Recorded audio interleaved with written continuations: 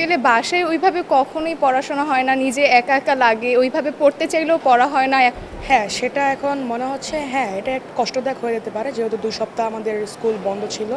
তবুও এখন যদি আমরা নিজেদের চেষ্টায় থাকি অথবা স্টুডেন্টদের যদি চেষ্টা থাকে বা টিচাররা যে হিসেবে গাইড করবে স্টুডেন্টরা সেই হিসেবে যদি মানে, তাহলে সেক্ষেত্রে আমরা এই ঘাটতিটা পূরণ করে ফেলতে পারি।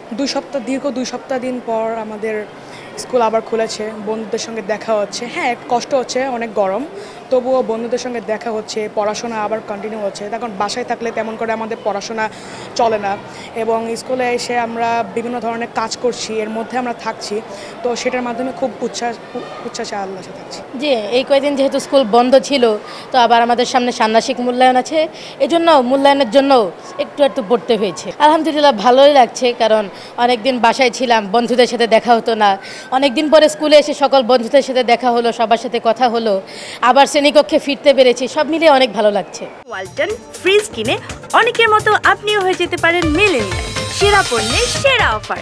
আমার মনে হচ্ছে আমরা যদি সবাই ভালোভাবে পড়াশোনা করি বা পড়াশোনার দিকে একটু মনোযোগ দেই, তাহলে আমরা এটা কভার করতে পারবো। এখন যেহেতু আমাদের বন্ধ দিয়েছিল, তাই এখন আমাদের তো এটা কভার করা লাগবে স্বাভাবিক। এখন তো সামনে যদি পরীক্ষা 23 তারিখ, সের জন্য তো আমাদের এখন কভার তো করা লাগবেই। জি, আমরা চেষ্টা করবো একসাথে পড়ার, সব কিছু যেন আমরা কভার করতে পারি। 23 তারিখ পরীক্ষার জন্য প্রস্তুতি নিতে পারি, জানো সেটা কভার করার চেষ্টা করবো আমরা। স্কুলে এসে তো ভালোই লাগছে, কারণ এতদিন বাসায় তো মানে কিছুই পড়াশোনা করি না, এখন স্কুলে এসে হয়তো মানে পড়াশোনা একটু উন্নতি হতে পারে। আর অনেক দিন পর বন্ধু বান্ধবীদের সাথে দেখা হয়েছে, বাসায় অনেক এইচডব্লিউ জমা ছিল, ওইগুলো এখন দিতে পারবো।